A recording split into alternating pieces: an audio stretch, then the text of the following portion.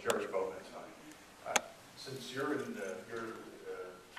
familiar, obviously, with Egypt, are you willing to cross over the border and talk about Libya? Talk about Libya? Willing to talk about Libya? Yeah, and before you move to Libya, do you have the names in your mind? Do you have the names of potential influential Egyptians who will be the future leaders of that country? Would you, There are two names that have been mentioned. One is Mohammed al-Baradei, who used to be head of the atomic energy, the international. He doesn't seem to be as popular as some people on the outside think. The other is Amr Moussa, who is an Egyptian diplomat and who is now head of the Arab League. He seems at the present reading to be the most likely candidate. He owes me a lunch, by the way. I don't know if any of you all on the tour in which he lectured to us.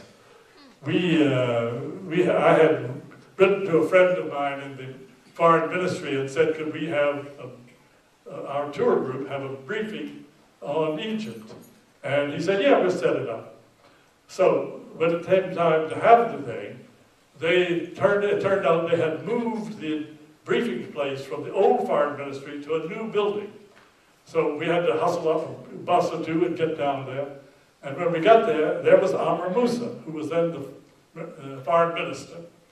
And he said, I want to try out this new conference room. We haven't had anybody in here. I want to see if these microphones work. So that was our first our contact with him. Very impressive guy, but not a psychopath for us. He will be difficult, but that's all right. That's what diplomats are paid for, is to get along with difficult people. Now, the other question was... Oh, Libya. I think we got a little bit out in front of ourselves on Libya. I think President Obama did.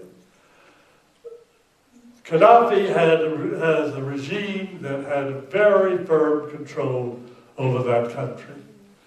And the opponents that he had were largely based in the east, in Benghazi. We didn't know anything about those opponents. We didn't know what kind of organization they have. We didn't know who those people are, what their orientation is. We didn't know nothing about it. But Obama took the position that Gaddafi had to go. So he staked out that position, which then became necessary that we do something about it. And I'm afraid that doing something about it has now led us into the collision that we have just had and may be continuing. I was in favor of it the other day. My feeling was that if we didn't stop Gaddafi, he would slaughter the people who were his opponents. Out of a sheer humanity, we had to go and help and prevent that from happening. The question now, though, is how do we get somebody in Libya who will be able to manage the country? I think it's going to be very difficult. I think we have to wait a good time. We have to keep the pressure on the Libyan regime.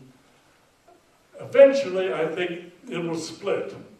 It will sunder apart, and Libyans who are not demonic or evil people will come to the fore and take over.